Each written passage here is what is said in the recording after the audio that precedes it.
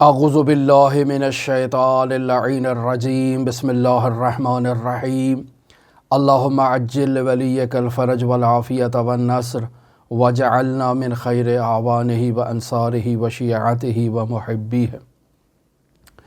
عزیزان محترم، کل تفصیل سے سید مرتضیٰ علم الہدیٰ کے حالات زندگی آپ کی خدمت میں بیان کیے۔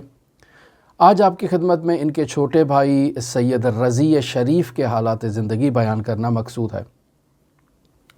سید رضی، جن کا نام محمد ہے، کنیت ابو الحسن ہے اور شہرت سید رضی شریف کے عنوان سے ہے۔ ان کا نام رضی نہیں ہے، جیسے مرتضیٰ کا نام مرتضیٰ نہیں تھا، ان کا نام علی تھا۔ ان کا نام رضی نہیں ہے، رضی ان کی شہرت ہے۔ ان کا نام محمد ہے، والد کا نام حسین ہے، پس یہ محمد بن حسین بن موسیٰ البغدادی الشریف کے عنوان سے شہرت رکھتے ہیں۔ اور اگر سلسلہ نسب کو دیکھا جائے تو محمد بن حسین بن موسیٰ بن محمد بن موسیٰ بن ابراہیم مجاب بن امام موسیٰ کاظم علیہ السلام۔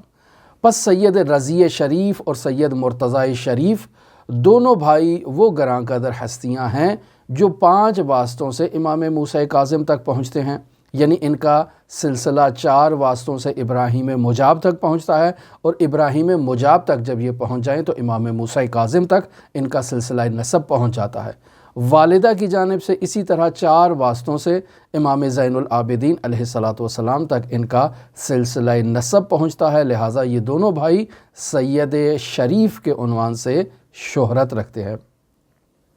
سید رضی کی ولادت کے بارے میں اگر بیان کیا جائے تو 359 ہجری قمری کو یہ بغداد میں پیدا ہوتے ہیں۔ شیعہ نشین علاقہ کرخ ہے جہاں ان کی ولادت ہوتی ہے۔ نہایت ہی مذہبی، متدین، پاکیزہ، دیندار گھرانے میں ان کی ولادت ہوتی ہے۔ سید رضی شریف کے والد ابو احمد حسین نہایت ہی مشہور و معروف شخصیت ہے، یعنی اگر حکمران طبقے میں دیکھا جائے تو سید رضی کے والد ابو احمد حسین نہایت ہی مورد احترام شخصیت ہے، نہایت ہی نجیب شخصیت کے طور پر، نہایت ہی مدبر شخصیت کے طور پر، نہایت ہی سرشناس شخصیت کے طور پر پہچانے جاتے تھے، لہٰذا عام و خاص میں ان کا احترام تھا، اس وجہ سے کہ یہ نہایت جلیل القدر سلسلہ سادات سے تعلق رکھتے ہیں، نہایت جلیل القدر عالم ہیں، اور انہیں نقابت کی ذمہ داری بھی دی گئی تھی کہ یہ تمام سادات کے جو شجرہ نسب ہے ان کا خیال رکھیں گے، ان کی ضروریات کا خیال رکھیں گے، ان کے درمیان اختلافات کے حل و فصل کے لیے یہ باقاعدہ ان کے درمیان قضاوت کا کردار ادا کریں گے، لہٰذا یہ قاضی القضات کے عہدے پر بھی فائز تھے سادات کے لیے، اور اس اعتبار سے نہایت مشہور و معروف شخصیت، نہایت ہی مورد احترام شخصیت، دیوان مظالم کی ذمہ داری بھی ان کے پاس تھی، سرپرست حجاج بھی یہ شخصیت ہے، اور والدہ ان کی فاطمہ جو نہایت ہی گراں قدر شخصیت کی، وہ واقعہ آپ کی خدمت میں پہلے بھی بیان ہو چکا کہ شیخ مفید رحمۃ اللہ علیہ نے عالم رؤیا میں حضرت صدیقہ طاہرہ فاطمہ زہرا سلام اللہ علیہا کو مشاہدہ کیا، جو 2 اپنے فرزندان کی تربیت کے لیے انہیں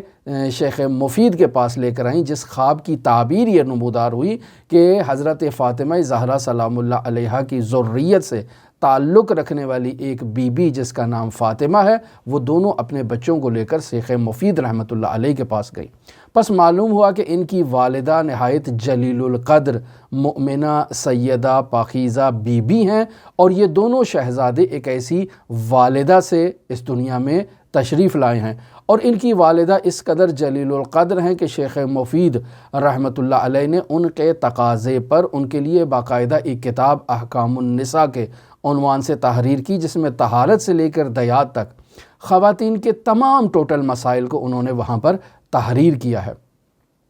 اب اگر سید رضی شریف کے بڑے بھائی سید مرتضیٰ کے بارے میں بیان کیا جائے تو کل تفصیل سے ہم ان کے حالات زندگی آپ کی خدمت میں بیان کر چکے کہ سید مرتضیٰ کی ولادت 355 ہجری قمری کو ہوتی ہے، جبکہ سید رضی شریف ان سے 5 سال چھوٹے ہیں،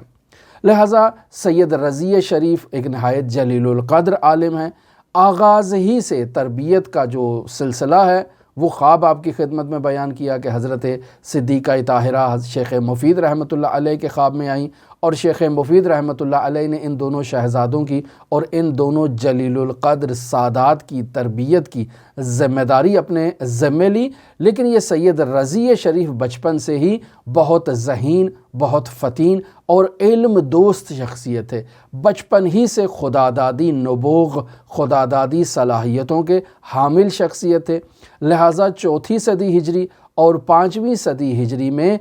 آپ اگر شیعہ اور اہل سنت مکاتب فکر کو دیکھیں تو ان کے درمیان ایک مسالمت آمیز رویہ تھا، ایک دوسرے کے درسوں میں جایا کرتے تھے، ایک دوسرے کی گراں قدر شخصیات کو استاد کے طور پر انتخاب کیا کرتے تھے۔ لہٰذا سید رضی شریف نے بھی اپنے بھائی سید مرتضیٰ علم الہدیٰ کی طرح دونوں مکاتب فکر کے نہایتی دانشمند علماء سے فیضیاب ہوئے، ان سے استفادہ کیا، ان سے تعلیم حاصل کی، ان کے درسوں میں شریک ہوئے۔ سید رضی شریف کی اگر مہارت کے بارے میں بیان کیا جائے تو ادبیات کے تمام علوم، چاہے وہ صرف سے تعلق رکھتے ہوں، چاہے وہ نحو سے تعلق رکھتے ہوں، چاہے وہ قراءت و تجوید و قراءت سے تعلق رکھتے ہوں، چاہے وہ شعر سے تعلق رکھتے ہوں، چاہے وہ بلاغت سے تعلق رکھتے ہوں، سید رضی شریف ان میں مہارت رکھتے تھے۔ اسی طرح حدیث میں مہارت رکھتے تھے، کلام میں، فقہ میں، اصول میں، تفسیر میں، شعری جو ذوق ہے ان کے اندر بہت زیادہ پایا جاتا تھا۔ لہٰذا سید رضی شریف نے 10 سال کی عمر میں باقاعدہ شعر کہنے کا جو ہے وہ سلسلہ آغاز کیا اور ایک نہایتی نامور شاعر ہوئے۔ 17 سال کی عمر میں سید رضی نے باقاعدہ طور پر درس پڑھانا شروع کیا اور ایک نامور مدرس قرار پائے۔ 20 سال کی عمر میں سید رضی کا شمار اس زمانے کے مشہور و معروف اساتید میں ہونے لگا۔ اگر سید رضی کی مختلف علوم میں تعلیم و تربیت سے متعلق بعض اساتید کو آپ کی خدمت میں بیان کریں تو ابو اسحاق ابراہیم بن احمد طبری، ان سے سید رضی نے بچپن میں قرآن مجید کی تعلیم حاصل کی۔ اور اگر دیکھا جائے کہ ادبیات کی تعلیم یعنی نحو و صرف و ادبیات و شعر، ان مضامین پر متعلق اگر اساتید کو بیان کرنا مقصود ہو تو ابو علی فارسی ان کے اساتید میں ہیں، ابو سعید سیرافی ان کے اساتید میں ہیں، قاضی عبدالجبار بغدادی ان کے اساتید کی فہرست میں ہیں،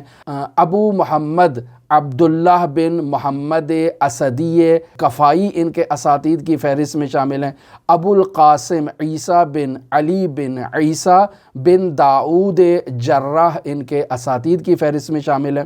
ابو حفص عمر بن ابراہیم بن احمد القنائی ان کے اساتید کی فہرست میں شامل ہیں، ابو عبداللہ مرزبانی ان کے اساتید کی فہرست میں شامل ہیں، ابو الفتح عثمان بن جنی جو نہایتی شہرت رکھتے ہیں ادیب ہونے کے اعتبار سے، وہ ان کے اساتید کی فہرست میں ہیں۔ اور اگر شعری ذوق کو دیکھا جائے تو عبد الرحیم بن نباتہ جو نہایتی مشہور اور معروف شیعہ خطیب ہیں، جنہیں خطیب مصری کا بھی ٹائٹل دیا گیا ہے، وہ سید رضی کے اساتید کی فہرست میں ہیں اور سید رضی نے ان سے شعری ذوق کو حاصل کیا اور شعری تعلیم کو حاصل کیا۔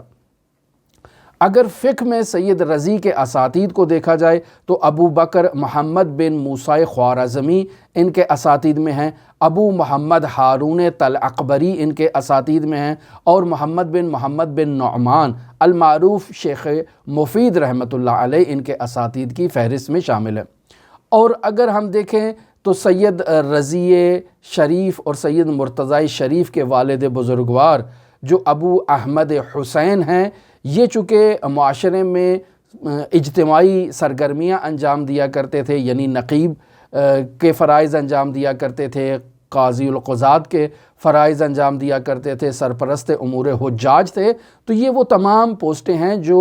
عمومی نوعیت کی پوسٹیں ہیں، یعنی سرکاری پوسٹیں ہیں۔ اور اسی طرح یہ پوسٹیں ان کے بعد سید رضی نے بھی یہ خدمات انجام دی ہیں اور پھر سید مرتضیٰ نے بھی ان خدمات کو انجام دیا ہے۔ تو یہ تینوں بزرگوار شخصیات کی معاشرتی نوعیت کی یہ خدمات در واقع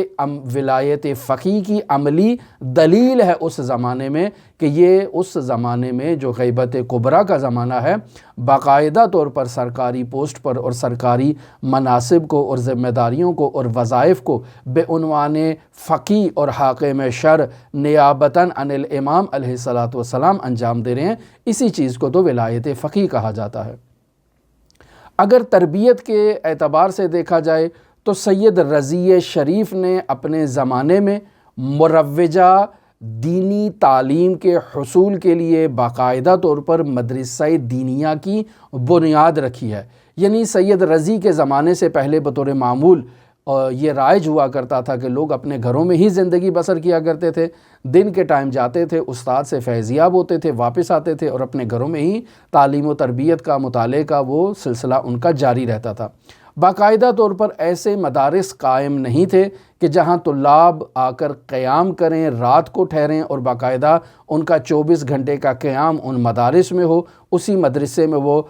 قیام بھی کریں، طعام بھی کریں، درس بھی پڑھیں، رہائش بھی اختیار کریں اور تحقیق و تفحص کو بھی انجام دیں۔ یہ پہلے نہیں ہوتا تھا تاریخ میں، یہ باقاعدہ طور پر سید رضی شریف نے اس کا آغاز کیا بغداد میں، اور انہوں نے ایک مدرسے کی بنیاد رکھی جس مدرسے کا نام دارالعلم تھا۔ اسی مدرسے میں انہوں نے ایک عظیم الشان کتاب خانہ، جو مجلل کتاب خانہ تھا اس اعتبار سے کہ باقاعدہ اس میں کتاب خانے کی تمام سہولیات موجود تھیں، یہ باقاعدہ انہوں نے اس مدرسے میں دائر کر رکھا تھا۔ پس سید رضی شریف نے باقاعدہ علم دوست افراد کے لیے ایک ایسے مدرسے کی بنیاد رکھی۔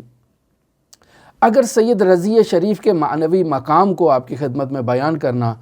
چاہیں تو دو واقعات آپ کی خدمت میں بیان کرتے ہیں۔ پہلا واقعہ جو ہے سید محسن امین آملی نے اعیان الشیعہ جلد نمبر 9 ہے اور صفحہ نمبر 217 پر اس واقعے کو بیان کیا ہے، اور بیان کرتے ہیں بہاءالدولہ کا وزیر جس کا نام ابی محمد محلبی بیان کیا جاتا ہے۔ اسے خبر ملتی ہے کہ سید رضی شریف کے ہاں ایک بیٹا ہوتا ہے، لہٰذا یہ سید رضی کو مبارکباد کے لیے باقاعدہ اپنے غلاموں کو احضار کرتا ہے۔ ایک تشت جسے ہم پرات کہتے ہیں، اس تشت کے اندر 2000 دینار اس کے سکے جو ہے وہ باقاعدہ جو ہے وہ سجائے جاتے ہیں اور ان پر کپڑا ڈالا جاتا ہے۔ اپنے غلاموں کو کہتا ہے کہ میری طرف سے یہ تحفہ لے جائیں سید رضی شریف کی خدمت میں، ان کے ہاں بیٹے کی ولادت ہوئی ہے تو یہ تحفہ ان کی خدمت میں تقدیم کریں، پیش کریں۔ خادم پہنچ جاتے ہیں اور جا کر وہ تحفہ سید رضی کو دیتے ہیں تو سید رضی وہ تحفہ لینے سے انکار کر دیتے ہیں، واپس بھیج دیتے ہیں، اور وزیر کو مخاطب قرار دے کر کہتے ہیں کہ شاید وزیر محترم کو معلوم نہیں ہے کہ میں ایسے تحائف کو ایکسیپٹ نہیں کرتا ہوں، لہٰذا یہ تحفہ آپ کی خدمت میں واپس بھیج رہا ہوں۔ وزیر سمجھتا ہے کہ شاید سید رضی کو مقدار تحفہ قلیل نظر آئی ہے، لہٰذا اس میں مزید اشرفیوں کا اور مزید دینار کا اضافہ کر دیا جاتا ہے کہ اب دوبارہ یہ سید رضی کی خدمت میں لے کر جائیں اور اب انہیں کہیں کہ یہ تحفہ آپ کے لیے نہیں ہے بلکہ اس داعیہ کے لیے ہے جس نے بچے کی ولادت میں مدد کی ہے، یہ آپ تحفہ اسے تقدیم کر دیں، اسے پیش کر دیں۔ اب سید رضی کے پاس دوبارہ جب یہ تحفہ جاتا ہے تو سید رضی واپس بھیج دیتے ہیں اور کہتے ہیں کہ ہمارے گھروں میں جب بچوں کی ولادت ہوتی ہے تو باہر سے خواتین نہیں آتی ہیں، ہمارے گھر ہی کی خواتین جو ہے وہ یہ وظائف کو انجام دیتی ہیں اور وہ بھی اس تحفے کو قبول کرنے سے انکار کر رہی ہیں، لہٰذا ہمیں اس تحفے کی ضرورت نہیں ہے۔ اب شاید وزیر یہ سمجھ رہا ہے کہ میرے لیے کوئی اہانت ہو گئی ہے، کوئی توہین ہو گئی ہے کہ میرا تحفہ واپس دوبارہ آ گیا ہے۔ پھر تیسری مرتبہ اسی تشت کو دوبارہ مزید اس میں دینار اضافہ کرنے کے بعد دوبارہ سید رضی کی خدمت میں بھیجا جاتا ہے تیسری مرتبہ، اور اس دفعہ وزیر پیغام یہ بھیجتا ہے کہ اچھا نہ آپ خود لے رہے ہیں نہ آپ کی داعیہ ایکسیپٹ کر رہی ہے، تو یہ میری طرف سے آپ کے مدرسہ دارالعلم کے جو شاگرد ہیں، جو طلاب ہیں، ان کی خدمت میں ہدیہ پیش کر دیا جائے۔ اب چونکہ سید رضی کے پاس اس مرتبہ یہ تحفہ سید رضی کے لیے بھی نہیں آیا اور نہ ہی ان کی داعیہ کے لیے آیا ہے، تو اب یہ تحفہ انہوں نے چونکہ طلاب کے لیے ہے، طلاب کی خدمت میں پیش کیا۔ سید رضی لے گئے کہ بھئی یہ وزیر مملکت کی طرف سے تحفہ آیا ہے، آپ میں سے کس کو ضرورت ہے، جس کو جس مقدار میں اس سے رقم کی ضرورت ہے وہ اس تھال سے آ کر اٹھا سکتا ہے۔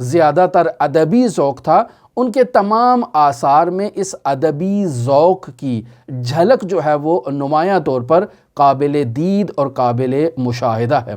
مثلا سید رضی نے ایک کتاب تحریر کی ہے جو آج بھی دستیاب ہے، مل جاتی ہے، اور اس کتاب کا نام ہے حقائق التاویل فی المتشابہۃ التنزیل، یعنی اس کتاب میں علمی قابلیت سید رضی کی واضح طور پر دکھائی دیتی ہے کہ جس میں درواقع سید رضی نے قرآن مجید کی متشابہ آیات کی تشریح کی ہے۔ لہٰذا اس کتاب کی زیادہ تر جلدیں نہایت افسوس کے ساتھ تلف ہو چکی ہیں، صرف 5ویں جلد اس کتاب سے بچی ہے جو آج کل دستیاب ہے مارکیٹ میں، اسے مشاہدہ کیا جا سکتا ہے۔ سید رضی نے 400 ہجری قمری کو نہج البلاغہ پایۂ تکمیل تک پہنچائی ہے، یعنی 400 ہجری قمری سے پہلے سید رضی درواقع نہج البلاغہ کے ان بلیغ خطبات کو تلاش کر رہے تھے جنہیں حضرت سید الاوصیاء امیر المؤمنین علی ابن ابی طالب علیہ آلاف و تحیۃ و ثنا نے بیان فرمایا۔ پس ان میں خطبات بھی موجود ہیں، ان میں خطوط بھی موجود ہیں، اور ان میں جو مختصر کلمات قصار جو ادبی نوعیت کے ہیں، در واقع سید رضی شریف نے انہیں جمع کیا ہے، اور پھر سید رضی شریف نے در واقع انہی جو خطبات و خطوط و کلمات قصار میں نہایتی پیچیدہ قسم کے الفاظ استعمال ہوئے ہیں، ان الفاظ کے معانی بھی سید رضی نے بیان کیے ہیں، اور در واقع یہ سید رضی کی علمی قابلیت کی دلیل ہے کہ در واقع اگر سید رضی یہ کام نہ کرتے تو شاید جو ان پیچیدہ کلمات کے معانی آئندہ نسلوں تک اس طرح سے منتقل نہ ہوتے۔ سید رضی نے اپنی زندگی میں جتنے بھی خطوط تحریر کیے انہیں باقاعدہ ایک کتاب کی صورت میں پبلش کیا گیا جس کا نام ہے رسائل الشریف الرضی۔ یہ 3 جلدوں پر کتاب ہے جو سید رضی کی جو ہے وہ پبلش کی گئی۔ پھر اس کے علاوہ ایک کتاب ہے خصائص الائمہ جس میں امیر المؤمنین علی ابن ابی طالب علیہ آلاف و تحیۃ و ثنا کی خصوصیات کو بیان کیا گیا ہے۔ اس کے علاوہ کتاب ہے تلخیص البیان عن مجازات القرآن، یہ ایک نہایتی گراں قدر کتاب ہے۔ معانی القرآن جس میں قرآن مجید کے مختلف الفاظ کے معانی بیان کیے گئے ہیں، یہ بھی نہایتی عجیب اور نہایتی بہترین کتاب ہے۔ اب آتے ہیں سید رضی شریف کے انتقال سے متعلق، تو 2 تاریخیں سید رضی کے انتقال سے متعلق بیان کی گئی ہیں۔ مثلا 44 سال کی عمر میں 403 ہجری قمری کو انتقال ہوا، ایک تاریخ یہ بیان کی گئی ہے۔ 47 سال کی عمر میں 406 ہجری قمری کو ماہ محرم الحرام میں سید رضی کا انتقال ہوا، ایک یہ دوسری تاریخ بیان کی گئی ہے۔